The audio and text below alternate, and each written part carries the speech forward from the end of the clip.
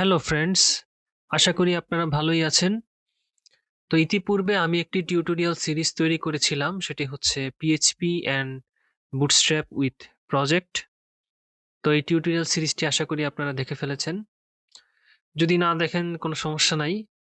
তো আমি এখন একটা নতুন টিউটোরিয়াল সিরিজ তৈরি করতে যাচ্ছি, যেটি হবে লারাভেলের উপর একটি টিউটোরিয়াল সিরিজ।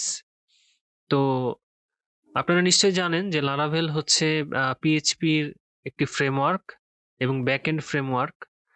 তো এই টিউটোরিয়াল সিরিজে আমি যেই প্রজেক্টটি তৈরি করেছিলাম, অর্থাৎ যে ওয়েবসাইটটি তৈরি করেছিলাম, সেই ওয়েবসাইটটি আমি আবারও তৈরি করব, তবে এবার আর পিএইচপি ব্যবহার করে না, বরং পিএইচপির যে ফ্রেমওয়ার্ক লারাভেল সেটি ব্যবহার করে।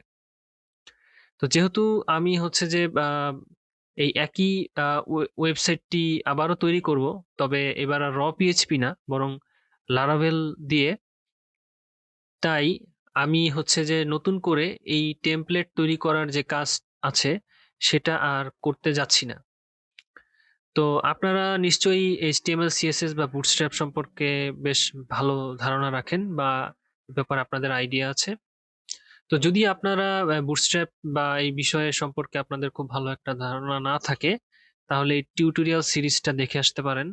এখানে মোটামুটি ব্যাখ্যা করে বলা হয়েছে, এবং এই টেমপ্লেটটি যেটি আপনারা দেখতে পাচ্ছেন এবং যেটি আমি ব্যবহার করব, সেটি একদম স্ক্র্যাচ থেকে তৈরি করা হয়েছে। এছাড়াও যেহেতু আমি লারাভেল নিয়ে কাজ করব, তাই অবশ্যই আপনাদের অবজেক্ট ওরিয়েন্টেড পিএইচপি বা পিএইচপির বেসিক সম্পর্কে খুব ভালো একটা ধারণা থাকতে হবে। তা নয়তো আপনারা লারাভেলের অনেক কিছুই হয়তো নাও বুঝতে পারেন। আর আমি যেটা করব যে এই টিউটোরিয়াল সিরিজে যেভাবে আমি একদম স্ক্র্যাচ থেকে কোডগুলো করে এসেছিলাম, সেই কোডগুলোর সাথে আমি হচ্ছে রিলেট করে বিষয়গুলো ব্যাখ্যা করে করে আমি হচ্ছে যে এই লারাভেলের এই প্রজেক্টটি তৈরি করতে যাচ্ছি, যাতে আপনারা যারা হচ্ছে টিউটোরিয়াল সিরিজটা দেখে এসেছেন তারা খুব সহজেই যেন বুঝে ফেলতে পারেন, অর্থাৎ পিএইচপির সাথে লারাভেল ফ্রেমওয়ার্কের সম্পর্কটা আসলে কোথায় এবং কিভাবে কিভাবে এটা কাজ করে, এই বিষয়টাতে আপনারা যেন খুব একটা পরিষ্কার ধারণা পান, সেটার জন্য আমি সাধ্যমতো চেষ্টা করব। তো এই জন্য আমার সাজেশন থাকবে আপনারা এই টিউটোরিয়াল সিরিজটা দেখে আসবেন। যদি দেখে নাও আসেন কোনো সমস্যা নাই, তবে আপনাদের অবশ্যই পিএইচপির বেসিক এবং বুটস্ট্র্যাপ সম্পর্কে খুব একটা ভালো ধারণা থাকতে হবে। তো এখানে যেহেতু আমি বললাম যে আমি টিউটোরিয়ালের ক্ষেত্রে এই টেমপ্লেটটি যেটি আমি তৈরি করেছিলাম ইতিপূর্বে, সেটি আর আমি পুনরায় তৈরি করব না, বরং আমি আগের তৈরি করা টেমপ্লেটটি ব্যবহার করব। তো আগের টেমপ্লেটটি আমি যদি ব্যবহার করতে চাই, তাহলে বা যেটা করতে হবে বা আমি যেটা করব আসলে, এখানে আমার ইতিপূর্বে যে প্রজেক্টটা ছিল, আপনারা যারা টিউটোরিয়াল সিরিজটা করেছেন, যে এরকম অনেকগুলো পিএইচপি ফাইল ছিল। তো এই পিএইচপি ফাইলগুলোকে আমি হচ্ছে এইচটিএমএল ফাইলে কনভার্ট করেছি, এই যে আপনারা দেখতে পাচ্ছেন। তো এটা এটা আসলে তেমন কিছুই না।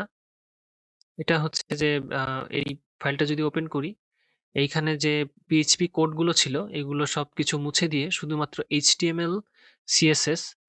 তো এইচটিএমএল সিএসএস তো পুরোপুরি ব্যবহার করা হয়নি, বরং এখানে বুটস্ট্র্যাপ ব্যবহার করা হয়েছে।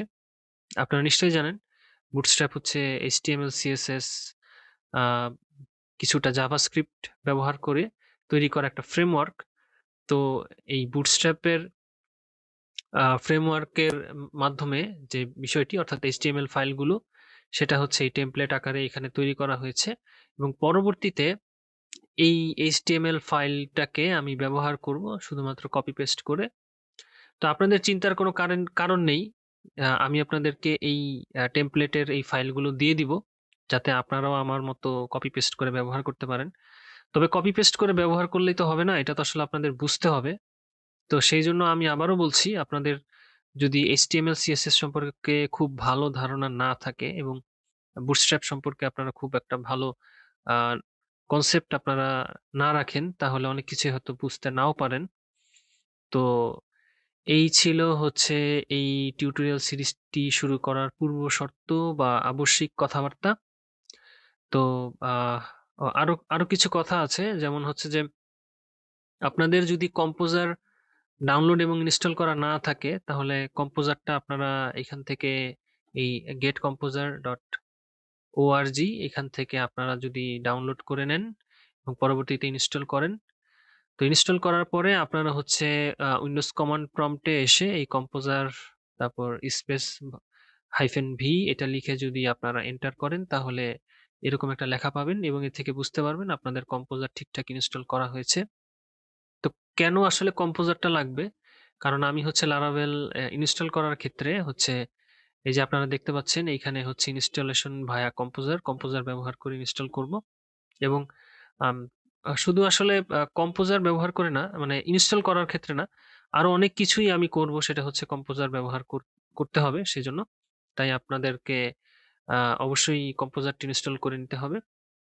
তো এই ছিল হচ্ছে ভূমিকা বা ইন্ট্রো বা প্রারম্ভিক বা আবশ্যিক কথাবার্তা। তো আহ কথা হচ্ছে, আসলে দেখা তো না, আপনারা দেখবেন পরবর্তী ভিডিওগুলো। ভালো থাকবেন। ধন্যবাদ।